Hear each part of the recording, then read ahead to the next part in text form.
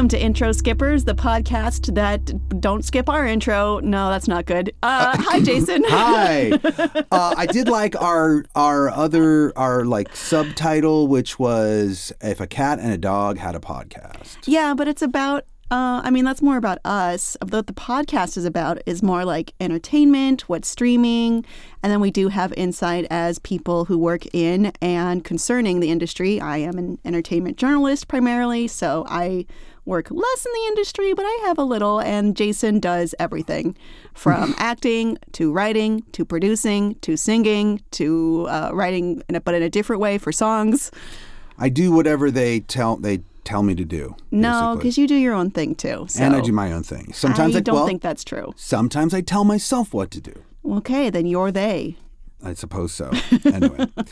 Okay. How you doing, Jason? I'm doing good. So I just watched the season 2 finale. Wait. I didn't even introduce the topic yet, and that is the White Lotus.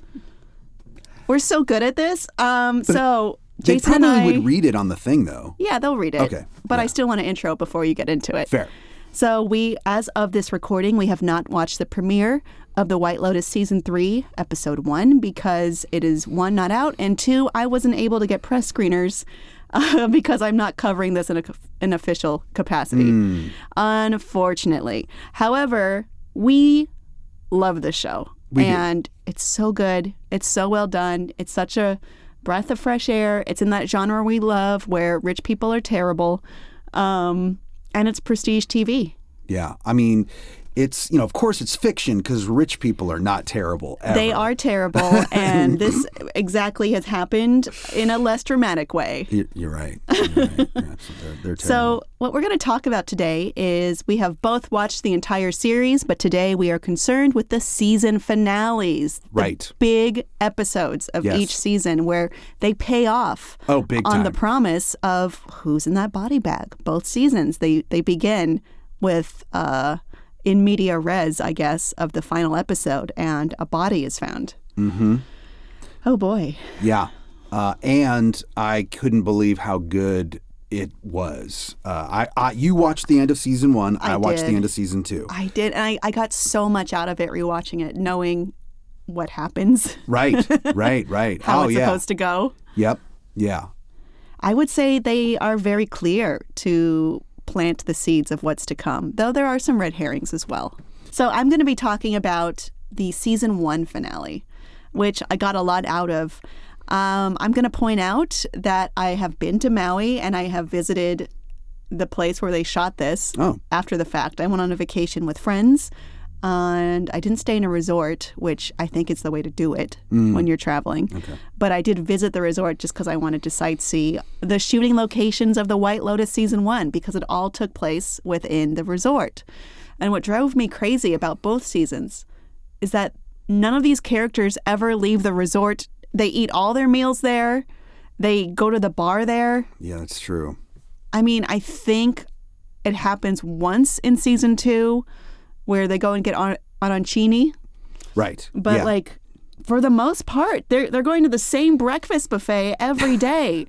What are you doing? I mean, hey, if it's included, I don't know. I'm going to the breakfast buffet if it's included. If it's included, maybe, but I'm not eating every meal there. But I doubt it is. I remember watching season 2 and the two couples kept going to dinner at the freaking resort when they're in Italy where they can find wonderful food just outside the resort, probably anywhere. Yeah, that probably had something to do. I wonder if the writers wrote them being at a wonderful restaurant each night, a different one, and then the budget was like, nope, we got to pull it back. Well, part of me thinks it's commentary about how unimaginative these people are and how they let the beauties and joys that come with surprise and unpredictability and the little pleasures in life go.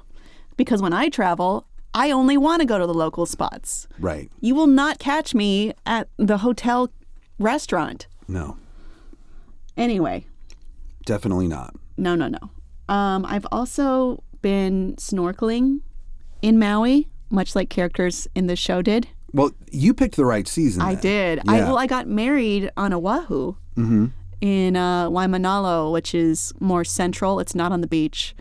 And I loved it. But I think Maui and Hawaii in general are such an interesting choice because there's this uncomfortable truth about Hawaii, I guess all the islands that do tourism, which is that, yes, the tourists do kind of not respect the culture that was here and take.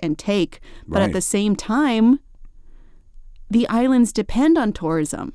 Without that industry, things collapse. It's catch-22. I think the answer really is to travel, but to be respectful of the places you visit and always try to invest your money into local businesses and the local community. That's my take. But let's get into the White Lotus. People who don't do that. So I actually have a full recap of the entire finale of season 1. Okay. If we're ready for that. I am.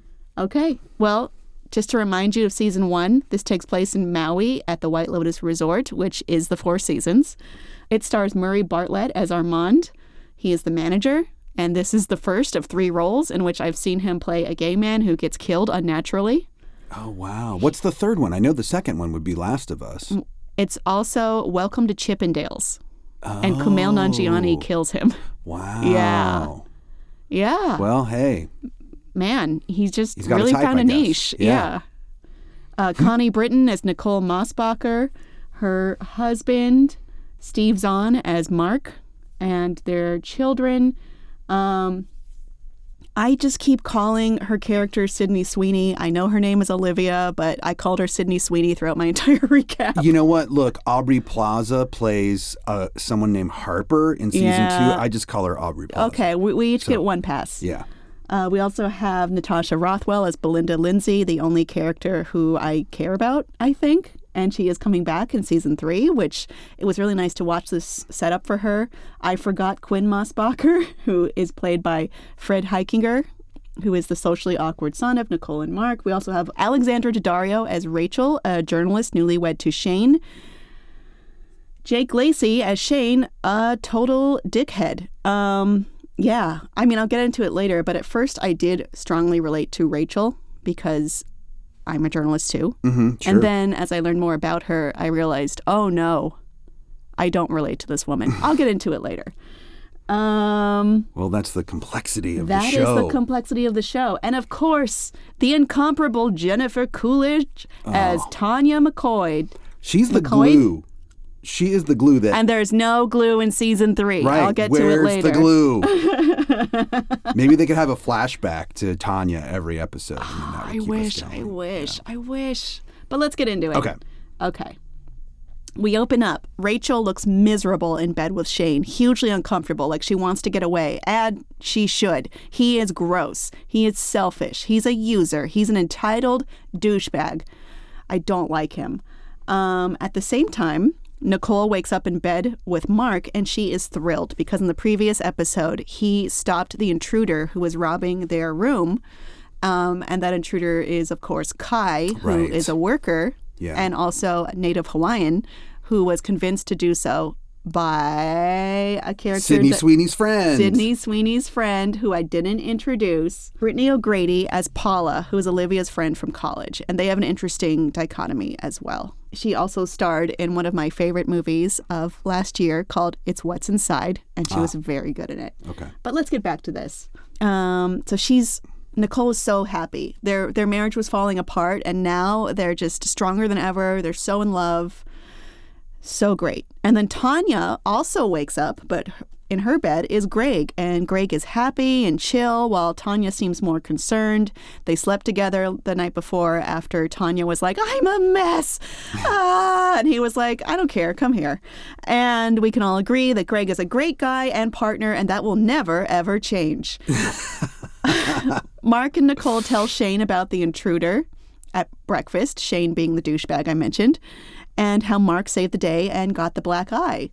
At the same time, Quinn wants to stay in Maui and be a canoe rower, but his parents obviously disagree with letting a 16-year-old stay. He doesn't care about his phone or being plugged in or his life at home anymore at all. So this has shown a complete change for that character as well from the beginning. Shane tells Rachel about all the danger of the hotel intruder. He wishes he had a gun or a weapon, and Rachel is still not hot on him as a concept. She doesn't love him carrying the pineapple knife around, and he talks and talks while she tearfully says she made a mistake marrying him. Yeah, girl. Okay, here's where I'm going to talk more about her. At first, I deeply related to Rachel. I am also a woman in media, and I love the work, and a lot of it does define who I am, to be honest. However, in her conflict with Nicole earlier in the season, I realized Rachel is bad at what she does. She is essentially writing clickbait articles and writing them with chock full of errors and things that are arguably unethical. And I thought, oh, okay, maybe we're not the same. Right. Also, she married a douchebag, a rich douchebag, and I did not. I married someone very not rich. I'll just say that. I married for love. That's the way to do it. I guess. That's the way to go. No, because this whole episode is about Rachel, or her story in this is her being able to face what she's done. Is she okay with marrying this guy who she knows sucks and just being his arm candy and recognizing that she's a trophy wife and he's just a complete dick to her. I'll get into it more. Okay. But she caused me to examine who I am, what I want, what I respect, what I need from myself, what is my line for what I do, and that I could still like myself and respect myself. Anyway. And I see how you prepare for things, and there's no way in hell that you would write a crappy article if with I a lot did, of chock full of mistakes. I would do everything to fix it, and I would apologize to whoever was wronged by that mistake. Shane is obviously not happy about this. He says, "You hid yourself really well, Rachel. All the time I bought that you were this cool chick who was fun and confident and normal, and I had no idea that you were this insecure, naive baby." Rachel says, "You're the baby, Shane. Coddled by your mommy who showed up on your honeymoon. You don't get the room you want, so you throw a never-ending tantrum. I genuinely cannot believe what a baby man you can be." Which I love for her. But moving on, then he rolls his eyes. He says he's going for a swim and says they're going to go down a dark road as a threat. And she better be sure she wants to go there. Tanya ignores a hottie at the pool and mispronounces Chase as Chaise while Greg swims. She is smitten with him. She wants to live near Greg, and he encourages the fun, and gets her a pina colada, which she notes has a lot of sugar, but okay. Everything is great. Greg is a great guy forever. Greg coughs a lot. Yeah, nothing will ever change. Nothing will ever change. Quinn and Mark scuba dive finally. After working up to the whole season, they see some beautiful turtles. I have done this, but not in a luxury way. I did an eco kayak snorkel dive and saw plenty of turtles. Highly recommended. Please respect the turtles. Do not touch the turtles. No. Admire them from afar. Yeah. Meanwhile, smash cut to Paula barfing. She, quote, really does have issues. Or perhaps this is a not subtle reminder that she's not one of them and can't fully stomach this, even when she is a willful participant. The Mossbachers say, "We're so lucky. We're so lucky to be here as a family," while Paula throws Kai's necklace into the ocean while a score of Hawaiian singing plays. It's like Titanic, but absolutely different. Paula looks sad. She knows she caused this in her weak, not personally risky attempt at well-deserved justice for the Hawaiian people. Previously, she told Kai he could do this and not be caught. Right. And he deserved some justice anyway for what people have done to the Hawaiian Islands. I mean, she definitely hyped him up to do it. She did. She pretty much told him it was foolproof. And he also probably never would have thought of it. No, he wouldn't have. That was absolutely her idea. Mm-hmm. Anyway, spoiler alert, she didn't fix the problem. No one has. It's very uncomfortable, but an absolute dissolution of tourism would kill the island economy. But still, dickhead tourists also do not belong on the island either. Anyway, Rachel cries while Shane just tells her to double bolt the door because of the hotel's criminal problem. Right. He imagines exists. Armand is on a phone call with someone named Randy and that he is very annoyed about it. regarding one guest in particular. It's Shane, of course. They've been fighting the whole season. He leaves the front desk. He ignores Belinda's inquiry, and he says he's going to be fired by Randy, who is coming tomorrow. And it all seems to be because of Shane. And he calls him, quote, this isn't his words, not mine, the douchebag fucking fucker who fucked him, fuck all. Again, not my words. He says it's time to party hard. He tells the young guy it doesn't matter. The young guy being Dylan. It doesn't matter if he gets fired because he makes shit money. Quote, they exploit me, I exploit you, crash and burn, Dylan. It's kind of the whole ethos of the character and maybe a big chunk of the shows too. He says, quote, better at your age before you've wasted your entire life. Like me. Fuck this place. 2 middle fingers. End quote. I secretly wonder if there's a point where every single person in the service industry has these thoughts. I'm sure. Yeah. Yeah. We cut back to the Mossbachers' suite. Sydney Sweeney, that's her name, reveals she knows Paula caused the robbery and she could be in trouble if she sent an incriminating text or something, which she did. Paula says it's not what she thinks, and Sydney says she wouldn't rat her out, and Paula says it wasn't for her, and Sydney would never understand. The dialogue goes as follows. I'm not my parents, Paula. And then she says, but you are. Actually, you are. You think you're this rebel, but in the end, this is your tribe, your family, the people here. And then she goes, that's really manipulative, Paula. You're the one who stole it, yet I'm the bad guy. And Paula says, don't give me that. You've stolen too.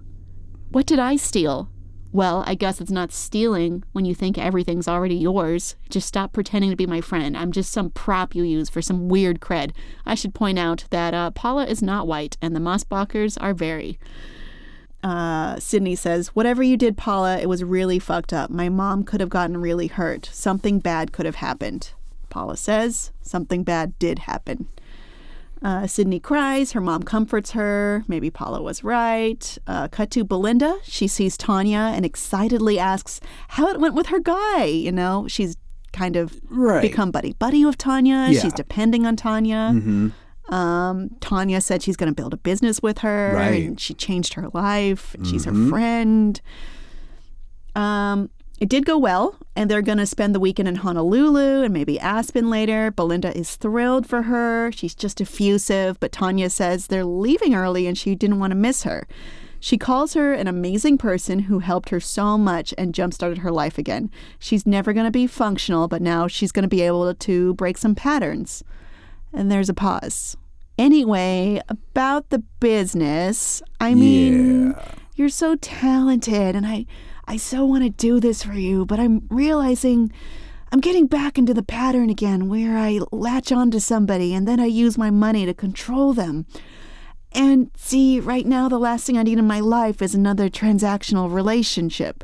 Note, she is committed now to Greg. Okay, end note. The ultimate transactional relationship, but okay. She says, it's not healthy for me, you know? And then she gives her a wad of cash, and she said she's going to call her, and Belinda nods, wide-eyed, and she cries as soon as Tanya turns for the door. Yeah. But then Tanya comes back for her sunglasses, and it's a little awkward. Yeah, and the phone rings, and Belinda says, this is the spa, in her happiest, most customer-friendly voice she can say, but she's really shattered. Yeah. I'm so glad that she's coming back for season 3 because I want some redemption. I love her. She's the only character I care about. Yeah. Armand and Dylan do drugs, and Dylan walks out to his last dinner coked out of his mind. He delivers an enthusiastic performance against orchestral music and slow motion. It is truly a ballet. He is killing it. He serves everybody with a big grin and so much aplomb. Suddenly the music cuts out and Armand doesn't seem amazing. I guess he thinks he's doing great. He thinks he looks like a pro, but he actually looks like a little bit of a mess. Right. So we're seeing like his interpretation after he's done all these drugs, how well he's doing. You know, like just a perfect performance. Yeah. And then Shane says, something's wrong with that guy. And Rachel tells him to leave that poor man alone, which foreshadows nothing, I swear. Hey, Jason, can you tell when someone is really coked out of their mind? Because I actually can't. I think I can. You can? I think for those of you who don't know, I have been a touring musician for, 30 plus years. And I feel like I can tell when someone's coked out of their mind or not. I have a really hard time telling. I feel like a naive baby, to quote an earlier part of the show. Enjoy that naivete, because it's better to not know. Okay, but if you notice and I'm in your vicinity, tell me. Oh, yeah, sure. I'll be like, hey, psst, check it out. That guy's clearly on coke. Okay, thanks.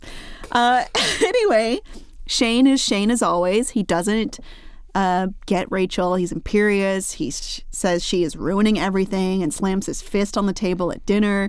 He says things that he thinks she wants to hear, but there's little sincerity to his words. Have I mentioned I hate him? Rachel looks at him just agog. Meanwhile, at another table, Quinn says he doesn't want to go home. He says everything at home is dead and he wants to live. I'm going on a hokulea, period, he says.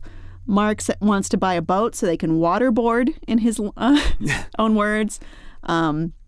Sydney Sweeney points out that's not what waterboarding is. Paula kind of zones out. She feels deeply disconnected from all of them. Back to Shane and Rachel. Shane claims there are no problems and everything is perfect. Rachel's guesses she agrees. Perhaps she is this person, the trophy wife. She's not the principled journalist who shrewdly calls out problems when she sees them and helps right society's wrongs and greed. She's just some silly person who's going to be a +1 forever. I may be projecting soul-searching thoughts onto this. Don't quote me. Rachel says she feels weirdly alone when she's with him. Honestly, she is. They don't connect at all, and he is not a good partner. Then be alone, he says, and leaves like a big loser. Baby. Anyway, Armand is back in the drug den / office, and he says, I nailed dinner with Hutch and Dylan. That was the best seating ever. Shane drinks at the bar where Greg coughs with Tanya. I mean, I think this is a red herring of who will die because Greg is coughing, and Tanya does look concerned about him. Right. I mean, good job, Mike White. Again, why doesn't anyone ever leave the resort? It's the best part of traveling. Anyway, Greg tells Tanya he's had some health issues. Don't be surprised suddenly if I just drop dead. She's horrified. This is an important line exchange. Greg says, death doesn't have to spoil everything, right? Enjoy your life till they drop the curtain. Tanya says, well, I've had every kind of treatment over the years. Death is the last immersive experience I haven't tried. That'll come up later. Paula and Sydney lie in bed. I've got some notes about that. Paula and Sydney lie on the couch bed. They look sad. Sydney cuddles Paula, and she says, I fucked everything up. And then Sydney says, it's okay, it's okay. Paula's in this interesting position where she's both an insider and an outsider. Right. She's privileged, but not that privileged. Mm-hmm. She's a person of color, but I guess she's also, in her words, a weird prop. Right. For this privileged girl. And I'm assuming, I don't know if it comes up, but I'm guessing that the family just paid her way. They for absolutely this. did. Okay. So they just said, hey, bring your best friend with you. Yeah, We'll bring pay your friend. For it. Have you ever been on a trip like that? Yeah. I have too, where I was the friend. And they paid for me. Mm-hmm. It was on a fishing boat, a deep sea fishing boat, and I barfed my brains out just like Paula did. I've been deep sea fishing. Didn't barf. Can't do it. Yeah. Barfing everywhere. I'm not for the sea, I guess. That's fair. Armand parties hard in his office while Shane gets douchier. Armand thinks about all the stupid complaints and requests he has to hear and treat seriously while the young men play around and dance with their clothes off except their underwear. He walks away assertively. It's time for some due payback. After all, he's just as human, just as deserving as anyone else. He's given so much, so much. Is he to wither until there's nothing left? Will he fill everyone else's cup while his remains empty? No way. The orchestra and choir stir up again as he walks. He's feeling this. Armand walks into Shane's beautiful pineapple suite, which is somehow still not good enough for him. He surveys the space. He spies a suitcase. He opens it and lifts the polo shirts up for inspection. He knows whose suitcase this is. Cut to Belinda counseling Rachel, who called her earlier when she was closing up the spa. Rachel is venting to Belinda. Belinda listens and takes it in, like she did for Tanya, like she probably does for everyone. Rachel wonders if she could live with herself, if she made this Faustian bargain to be a privileged trophy wife for a chode. Part of this is a quote, part of it is my commentary. You can guess what. Anyway, Belinda's eyes dim as she listens to her bullshit. She finally chimes in when prompted. You want my advice? I'm all out. She leaves. Good for her. Back to the other person who's all out, Armand. He unbuckles his belt, crouches over, and takes a steaming dump in the suitcase. You see it come out. It's gross. He pauses in satisfaction as the door opens. He's trapped. He ducks into a closet as Shane returns. Shane walks around normally, calls the front desk, confirms Rachel got her own room. He sits dejected. This is probably the worst thing that's ever happened in his privileged life, until he smells something stinky. He checks his shoes, wanders around, and notices the doo-doo in his suitcase. He's disgusted and calls the desk again. Armand sneaks out of his spot but gets cowed into another part of the pineapple suite as Shane yells about this. Armand makes a small noise that Shane notices. He grabs the pineapple knife. Armand presses his back against the wall. They're back-to-back basically with a wall between them. When they both pivot, Shane plunging the knife into Armand's chest. They both realize something awful has happened. Armand steps backwards and falls into the tub, clutching his heart.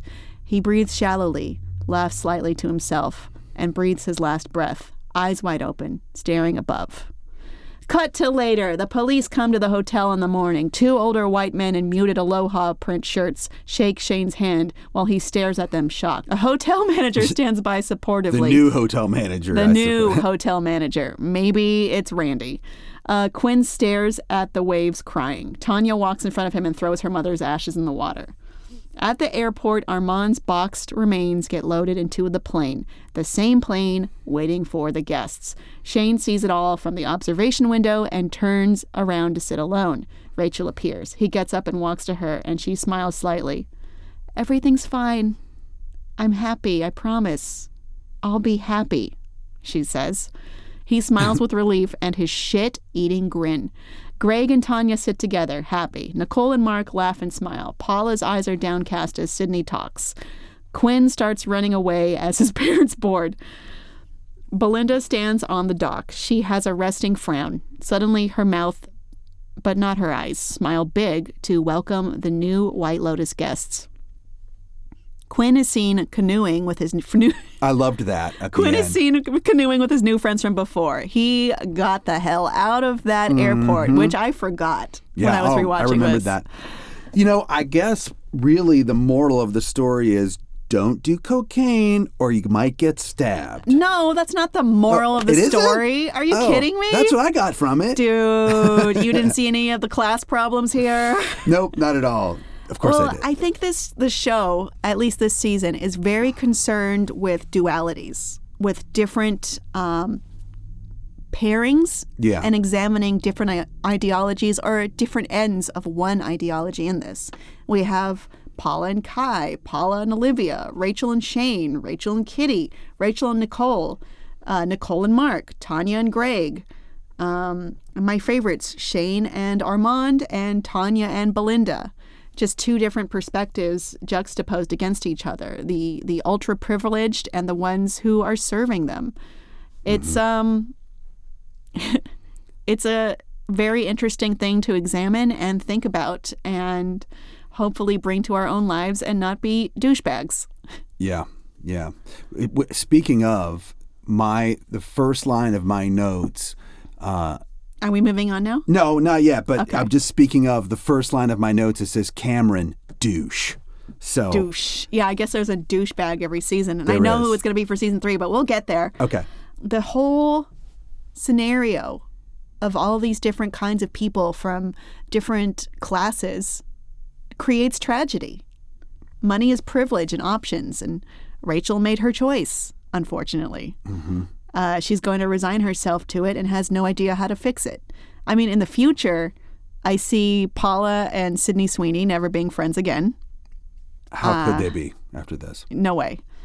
I see, Mark and Nicole just in blissful privilege and not understanding how fallible they are and how culpable they are. I think at a certain point, though, especially for characters like them, at that point, are they ever going to come to self-realization in that way? Anything, Sydney Sweeney's character is going to be more like them. She's going to grow that way, just like Paula said earlier. And we see what happens with one character in season 2, and that is Tanya. Let's jump to the White Lotus season 2 finale. And if we had an ad break, this is where it would be. But if you don't hear one, there isn't one. Ba-da-ba-da. And now we're back. We're back. We travel away from the islands of Hawaii to another island in another part of the world, Italy. Sicily, the island of Sicily, off of the mainland of Italy. Mm-hmm. And so Tanya really, like I said, was the glue that tied all of this together. Love her. And Jennifer Coolidge really is one of She America's... made a meal out of this. Yes, she's one of America's treasures. And she almost didn't take the role. Did you know that? She's part of the magic, though. Yeah. So we can be so glad that she's my favorite character. Yeah. It's interesting when I was thinking about, because you and I are both in entertainment, right? Yes. And I was thinking about the actors that were cast in both of these seasons. The ones that were cast in 2? In 1 and 2. All of them. They were probably, and all of them, because as actors, they were probably thrilled. Like, oh, I get to go to Sicily to film a show for 6 months. I get to go to Maui to film a show for 6 months, right? And but like that's kind of how we think as entertainers, rather than like, I want to go there for a vacation. No, I want to go there to work. Well, because when you're off work, you get to kind of be on vacation. Yeah. I don't get sent on such great work trips, but I do enjoy it when I am sent anywhere. I love it when I have like a day off in some crazy part of the world. It's really fun. Yeah, it's fun. So Tanya. So basically, what we've learned is we really learn in this last episode what we've kind of been suspecting, but all of the threads come together, and that is that Greg is not the great guy that we met in season 1. So Tanya used her money to cure his what seemed to be fatal disease. Mm-hmm. And now he's bored with her. And so now he wants all of her money, but not her. We learn that there's a prenup that says if they got divorced, Greg basically gets nothing, but if Tanya dies, Greg gets everything. Oh, I would not put that in my prenup. Well, you're not Tanya. I guess. No, yeah. I know. I'm not Tanya. So the tragedy of it all, well, I won't even... what I've done is I took notes a little bit differently. I sort of put all the character groups together. So I've got Cameron, Daphne, Harper, and Ethan, their story. Dominic, Bert, and Albie, their story. Then Tanya, Quentin, Portia, Jack, Niccolo, Hugo, Matteo, and Greg, their story. And then Valentina, Lucia, Mia, Rocco, Isabella, and Giuseppe, and their story. Okay. Yeah. Well, we did this differently, and we did not consult each other ahead of time. But let's see how this goes. Yeah. I mean, basically the way I looked at it was, you've got these 4 stories that all interact with each other, but in the final episode, they're all coming to fruition. They're all coming to a head. I mean, obviously, Tanya's story is the most tragic. She is the body that's found on the beach. In the water. Yeah. She's bobbing around in the water. In the water. And actually, it's Daphne, played by Megan Fahey. She was so good. Yeah. I've watched things that she's been in after this because of it. Mm-hmm. One of them was a piece of crap, but one of them was great. Maybe What we'll was the talk great about one? later. The great one was a movie called Your Monster, which is now streaming on Max. Okay. It's a horror-esque. It's a rom-com with horror elements. Okay. Which is something I love. Rather than a horror with rom-com elements? Or I mean, I would take either. I think that's a fun combo. So my biggest note in all bold was Portia. Police are going to question her when she gets home because Portia was working for Tanya and basically fled the country. Portia is so stupid and such an irritating character to me. Because, like, well, okay, maybe she doesn't stay stupid, but she starts stupid where she's like, I'm stuck in this country and all there is to eat is pasta. And it's like, you are in such a great place to be. I mean, who cares if your boss doesn't want to pay attention to you? Enjoy it. Mm-hmm. Anyway. She actually had to pretend that she wasn't there because I guess Greg didn't want her around. Now we know why Greg didn't want her around. No witnesses. Yeah. Well, I hope Portia was able to go help get Greg captured. Yeah. So that's my question is, looking at I guess we're going to find out soon enough. Yeah. But looking at the trailer for season 3. I don't think we're going to find out. There's no Portia. There's no Greg. They're not in it. Dominic, the weird movie producer, ultra cheating dad. Oh, Michael Imperioli? Yes. His even, like, clearly the apple didn't fall far from the tree with his father. And his son. Yeah. So it turns out. Well, I mean, to a certain extent, it feels like Albie has a little bit. He's special. Well, he's got it in him. I think the end kind of proves that he's got it in him. Yeah, I think you're right. You mean when they're standing in the and they see the girl walk by? Yep. Yeah. All right. I like the way that shot was composed with the three of them. Mm-hmm. Kind of tiered. Yes, absolutely. That was a great shot. But I'm jumping ahead. So the coolest part, I thought, and then my hopes were dashed on the rocks, was the fact that Tanya does discover and figures out that she's being set up. She finds a photo that is Quentin with Greg, who then Quentin calls him Steve and said that it was he worked on a dude ranch long ago and that this was his old friend and that he hasn't seen him in decades. We know that's a lie. Mm-hmm. They get back on the boat. They're on their way back to the resort.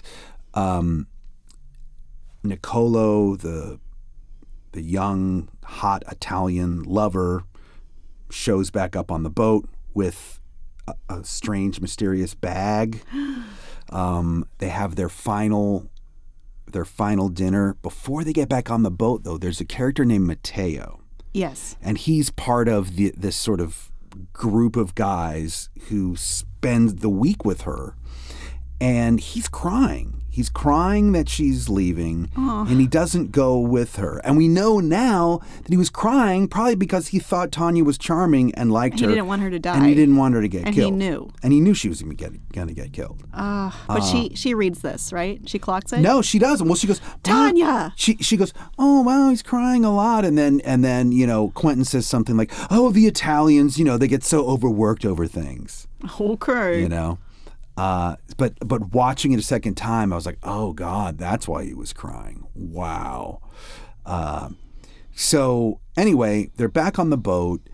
What Quentin tells her is that they're going to have a last dinner on the boat, and then Nicolo will take you on a private, smaller boat back to the hotel and everything will be fine.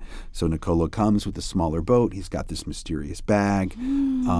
At this point, Tanya realizes something's up. So she goes to the captain of the ship.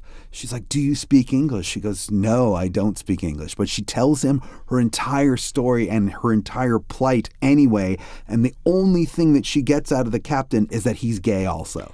These gays are trying to kill me. And he's like, oh, I'm gay too. Like, okay. Great. Yeah. Okay. So they're like, it's about that time. She goes, no, I want another glass of wine. Then it starts getting a little bit later. It's about that time. She says, no, I need to use the powder room. So she runs to the direction of the powder room, grabs the mysterious bag, runs into a bedroom, locks herself in the bedroom. Everyone's knocking on the door. Tanya, are you okay? Are you okay? Just a minute. Tanya? Just a minute. Just a minute. She looks in the bag. There's a gun. There's rope. And there's duct tape. Murder and possibly rape stuff. Yeah. So I think mainly murder at this point. Yeah, I mean, I think she had sex willingly with one. This With whole Niccolo. season is concerned with sex. Yeah, absolutely. Well, you know, those Italians get overworked over everything, right? Okay, so... Okay, I don't back this up. Okay, so I'm just quoting, or I'm just quoting Quentin. But, so here is the most tragic part. It's the best part and the worst part. Why? Because Tanya wins. She figures out that they're trying to kill her. She gets the gun. She shoots everybody. And even the captain? Not the captain. Okay. She doesn't shoot the captain, and she doesn't shoot Hugo. But Hugo jumps off the boat and swims away. And I don't know what happens to the captain. But she kills Quentin, she kills the two other French guys, and she kills Niccolo. She's won. Of course, then, as Quentin is dying and blood is pouring out of his mouth, she goes, "Is Greg having an affair? I know that you know. Tell me." And he just sort of looks at her and dies. Tanya, you're so selfish. And dies. So, but she's won, right? All she has to do is get back to the coast. That's all she has to do. So she sees the motorboat, the smaller boat that's attached to the yacht. Yes. All she has to do is get in it. And she slips and falls. She goes, hits "You her. got this." Yeah, that was her last words to herself were, "You got this." And then she hits her head and dies. Oh, Tanya. What tragedy. An opera plays as her corpse bobs in the cold, cold water. That was a beautiful scene, actually. Oh, Tanya. R.I.P. to a real one who was a fictional character, not a real one. Okay. Well, look, I mean, Tanya's problematic in a lot of ways, but I was glad to see that at least she won for a minute. Sure. For like 2 minutes, she was winning. I mean, Tanya's an interesting character because she is privileged and she is selfish and she does use her money to control people, like she said. Mm-hmm. But she doesn't mean badly. No. And at the same time, look, of course, everyone wants to see someone get their own, right? Like if they've abused people or whatever. Mm-hmm. But we as an audience learned to love Tanya in our own way. It's because we love Jennifer Coolidge. Yes. If other actor were playing Tanya, I don't know. Depends on how they would play it. But we didn't want to see her get murdered. No. I was so upset the first time I saw it. And I was like, of course it's her. I hate this. In the meantime, we have the other storyline with Valentina, the hotel manager, who hooks up with Mia, the girl who wants to be the singer, who had hooked up with Giuseppe earlier, who then hurt his back, so she fills in for him. She gets the job. She tells Valentina, "Hey, you were great last night, but maybe you should actually be with a real lesbian lover. Lucia and I are going to take you to a lesbian club and we're going to have you meet some hot girls that like other girls." So they're friends now. Valentina tells Giuseppe to get the hell out of here. He says, "This isn't the last you've heard from me," but I kind of have a feeling that it is. Yeah. Unless he shows up in Thailand. Thailand? I doubt it. Yeah. And then Rocco and Isabella, the front desk couple, Valentina moves Rocco back to the front and Salvatore back to the beach. Mm-hmm. Well, she did like the girl out of there. I guess it's kind of mirroring the situation with Mia, which is they're kind of using her. Like, they're trading sex, I guess. Well, she's using them too. I mean, it's like what Armand said. Like, I use you, they use me. It's all bullshit. I'm paraphrasing. Yeah. But there are some similar tones and characteristics from season 1 to season 2 for sure. Oh yeah, I mean it's upstairs, downstairs. It's Downton Abbey, which by the way, Theo James, yes, he Mr. played Pamuk. He played the guy who died while having sex with Mary. Mm-hmm. The son of the Turkish ambassador. And he's extremely English. Mm-hmm. I don't know. Okay. He didn't even and he had an English accent when they Yeah. when they had him on Downton Abbey. But I mean, we can talk about that scene in another podcast where they're like, did he force himself on you? And she was like, no, he absolutely did. oh yeah, he totally did. Well, it was just the time, the politics of the time, and perceptions of the ultra wealthy aristocracy and women and purity and blah blah blah. But let's get back to the White Lotus. Okay, fair enough. I just had to Absolutely though, give good a call. shout out. I think that there's a class. I need to talk to anybody that I know that studied acting in England. There's got to be a class at like RADA or something that's just like how to act like a dumb American, because there's so many Brits that just have that American accent down and will completely convince you that they're an American. Oh, they're it's not. happening in season 3 as well. Great. Well, Get ready. keep the tradition alive, I guess. Yeah. So I would love to see what happens with Portia. I would love to see Greg get his due. Sounds like maybe we're not going to this We'll season. see. Unless the trailer for season 3 just isn't revealing certain things. It's a teaser. There could be an Easter egg even, not even an actor appearance. Like the news could be like, Greg, arrested. Or... widower arrested for murder. It could happen. I didn't really touch on the Cameron, Daphne, Harper, Ethan story. So, Well, that whole time it was kind of is Harper going to cheat? right, Is Ethan going to cheat? The other couple has cheated constantly. right. In fact, Daphne basically reveals her children aren't Cam's children, and he seems to know it too. And doesn't really seem to care. I would probably care, but I'm not him. Yeah. Well, I mean, we've seen what kind of a person he is. So Yeah, he's not good. So I think the question was, did Cameron and Harper have sex? I don't know if we'll ever know that. I don't think we'll ever know. Yeah. For conclusively, it's just kind of what you think it is. Right. I mean, Harper said that they made out, and that Ethan showed up in time for nothing else to happen. Did Ethan hook up with Daphne? We don't know. They walked over to that other little island to check out some ruins. She made strong implications they would. I think they all cheated.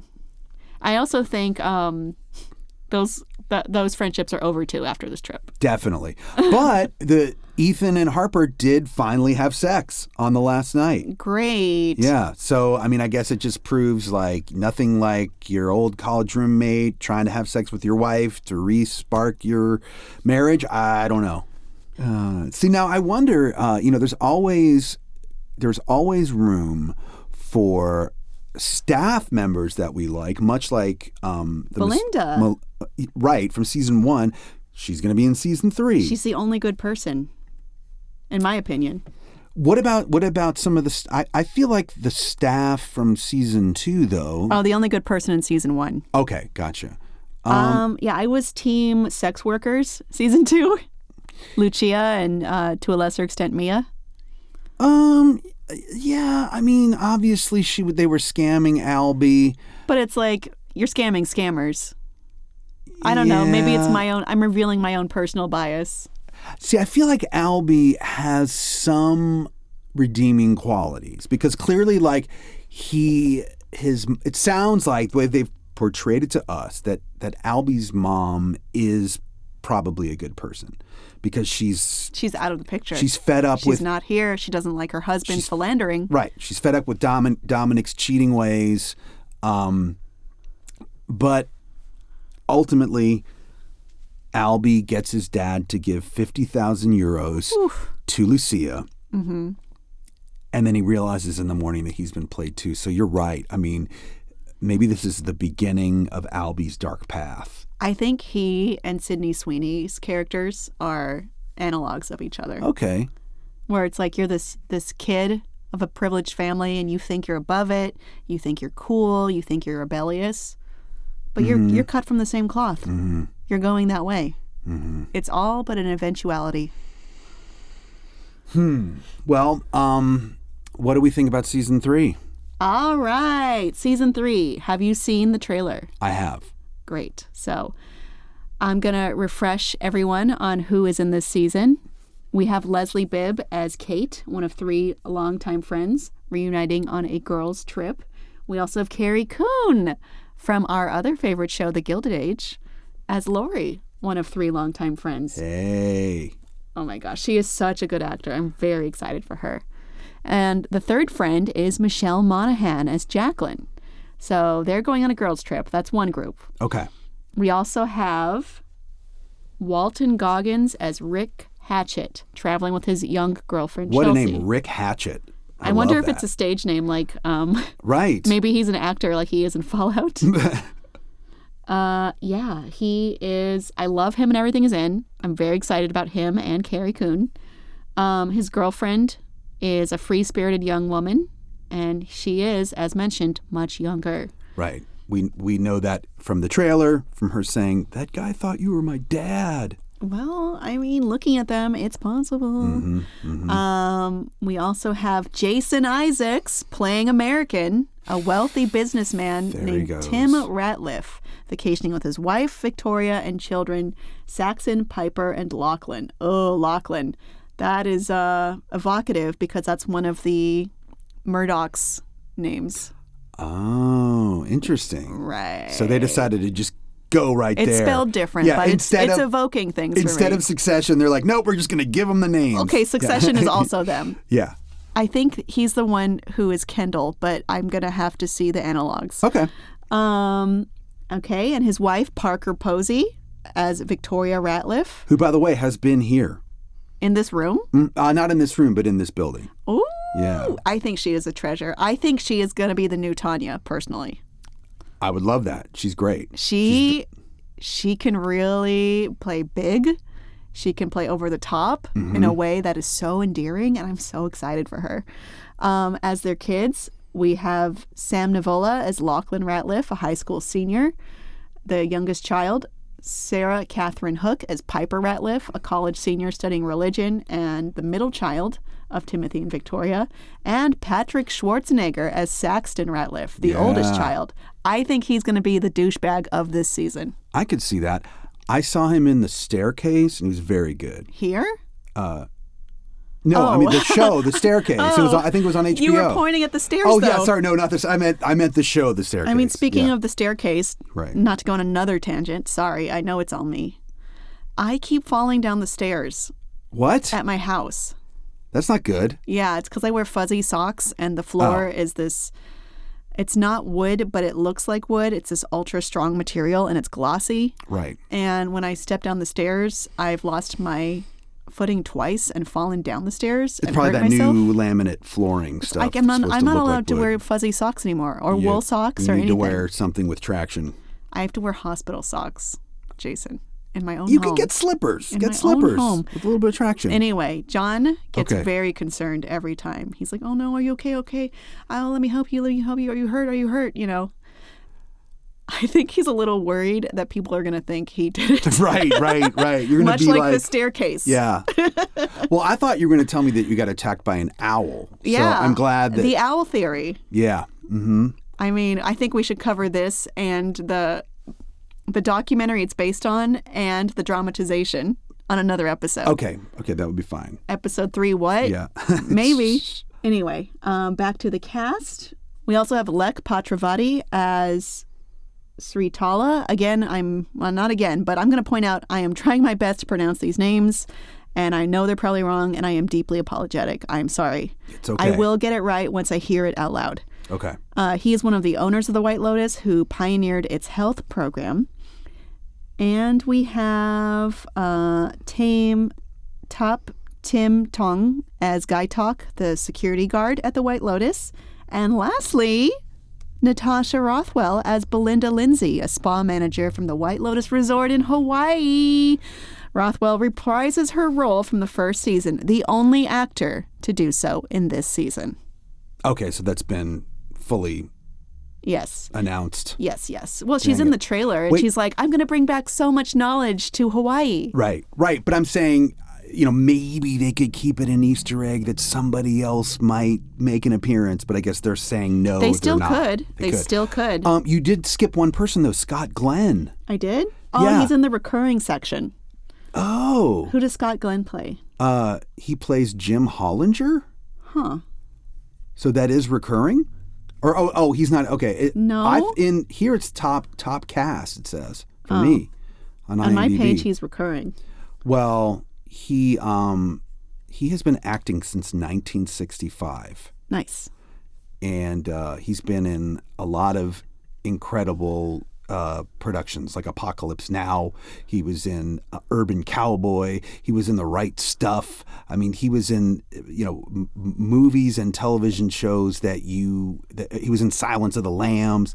Nice. Just The Virgin Suicides. It goes on and on. But just like parts of American culture, right? Like banner entertainment things. So knowing what you know about him, what kind of character do you predict he'll play? I mean, probably he was also in The Hunt for Red October. Sorry, and Backdraft, another great one. Wow. And the Bourne Legacy. I think he's got to be some sort of supervisor. Maybe he's the owner. Like a scary, threatening man. No, I mean, or a nice guy. He plays one of those wise advice givers. I think. I don't think he's going to be a scary guy. You think he'll be like, well, this season is based more on spirituality, so he could be a sage-type character. Yeah, maybe he's a guru of some sort. There are also, I mean, to follow up on your point, several more actors who are listed as recurring on my page. It seems a lot of them are Thai people, which is good because there were very few Hawaiian people in season 1, I'll recall. There's Kai, who got in trouble, right, and a few background characters. Right. Yeah. And then as far as Italian characters, there were Italian characters at least. So maybe that's... So they righted the ship for season 2 at least. So yeah, that hopefully they're really righting Hawaii the ship for season 3. is a U.S. state, and there are lots of non-native Hawaiians on the island. That's fine. But I don't know. I think the messaging is helped by the indigenous people who are from whatever place that this is. Yes. Who is going to die this season? Right. Who has the highest odds, in your opinion? In my opinion, Walton Goggins has the highest. Well, I didn't clock him. But I don't think he would die till the end. If you're going to hire Walton Goggins, you want him for the entire season, right? So my prediction is he dies in the last episode. Well, someone's dying in the last episode. Probably. Yeah. That's what they've hinted. Okay, here's what I think. There's 2 candidates that are high in my opinion, and neither of them are Rick Hatchett, played by Walton Goggins. Okay, all right. I think it's got to be either Natasha Rothwell as Belinda or Parker Posey as Victoria Ratliff. And here's my rationale. Okay. Natasha Rothwell is a returning character, the only one with history. Mm-hmm. They knocked off Tanya, and she's the other only one with history. And then I think Parker Posey is essentially playing the new Tanya. So that's my rationale. Okay. I don't think it'll be... God, I hope it's not. I hope it's not Belinda, because I love her. Again, I think she's the only good person. She's not my favorite character, but she's the only character I'm really rooting for. Right. We want the good people to win here. Yeah. And she was really, screwed over in season 1. And she seems like she tries hard and she works hard. And she has to put up with so much. And I want her to be happy. And I like Natasha Rothwell as an actor and a writer and a creator, too. So that also pretty much puts me on her side. I think characters that clearly, quote unquote, deserve it don't get it. Mm-hmm. I think it's more of a mixed, your results may vary kind of character. Yeah. Clearly from the trailer, Jason Isaacs is playing some big business guy that lost his entire fortune. Do you think he's the one robbing the place?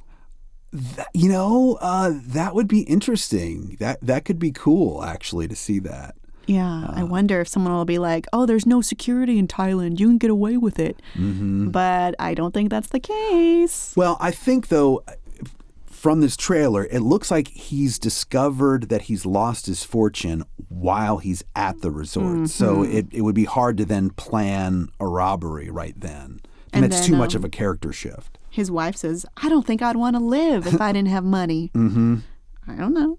I mean, we know Mike White likes to leave breadcrumbs. He leaves fake breadcrumbs, too. We also know that Mike White probably didn't cut the trailer, though. He probably approved it, but did he cut it? Absolutely not. He doesn't have time for that. No. But he probably did approve it. Okay.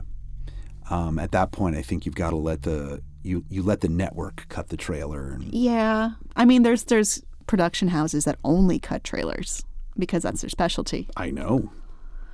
I try to get them to use my music all the time, and sometimes they do. Please use a track from Jason Charles Miller. Now it's going to happen. Yeah, or I'll do a track for you. Whatever. Bebop Boo, White Lotus. There you go. That's the one that they're going to use. Yep. Yeah. It's not for free. That's not. I'm copywriting it. No, you can't have it. Okay, it's real. I think that about does it for our look forward to the White Lotus Season 3. I am so excited to watch this season and see what happens. I am such a fan of this style. I like getting things to think about and consider that normally are a little uncomfortable.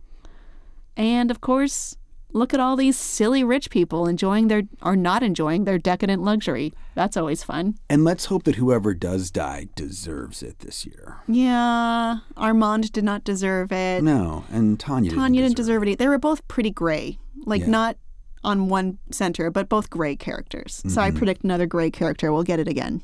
Okay. Oh, boy. That seems like a safe bet. But I want it to be someone who deserves it. Yeah. We'll check back in at this on some point. Yeah, I mean, maybe we'll do, when the season's over, we'll do an episode on the season. Oh my gosh, I'm so excited. Yeah. All right, The White Lotus. Thanks for listening in with us on this episode of Intro Skippers. And maybe we'll cover a duality, a dyad of falling down the stairs, and maybe an owl did it in the future. Maybe an owl did it. I've got owls in my neighborhood, so now when I see them, I'm like, are they going to attack me? No, they're going to attack your wife in a very specific way. Don't say that. Okay, here's the thing. An owl didn't attack her, okay? No, the husband did that shit. Yeah, an owl didn't attack her. But allegedly. Owls do attack people. So now when I'm out walking my dogs and I see an owl sitting on a lamppost, I'm like, are you going to attack me, Mr. Owl? Or are we just going to see how many licks it takes to get to the center of a Tootsie Pop? Are you the Tootsie Pop? Is it going to hit you in the head? I hope not. Is your brain Tootsie juice? It could. I mean, you know me pretty well. It probably is. Well, pick a better candy next time. All right, everyone. All right. That's it for today. Good Thank night. you for listening. Or bye-bye. good day. Don't put a stamp on it. Bye. Intro Skippers with Jason Charles Miller and Kim Horcher is produced and edited by Kim Horcher and Jason Charles Miller. The name order doesn't really matter. Additional writing by Kim Horcher. Theme song and incidental music by Jason Charles Miller. Take it away, me. You can rate and review this show on Apple Podcasts. 5 stars only, please. And you might find your review read on a future episode. Got a question? Email us at introskipperspod@gmail.com. That too could be featured on a future episode. And if you haven't already, please subscribe to Intro Skippers on your favorite podcast platform. All right, for getting this far, you get a reward. I stopped talking.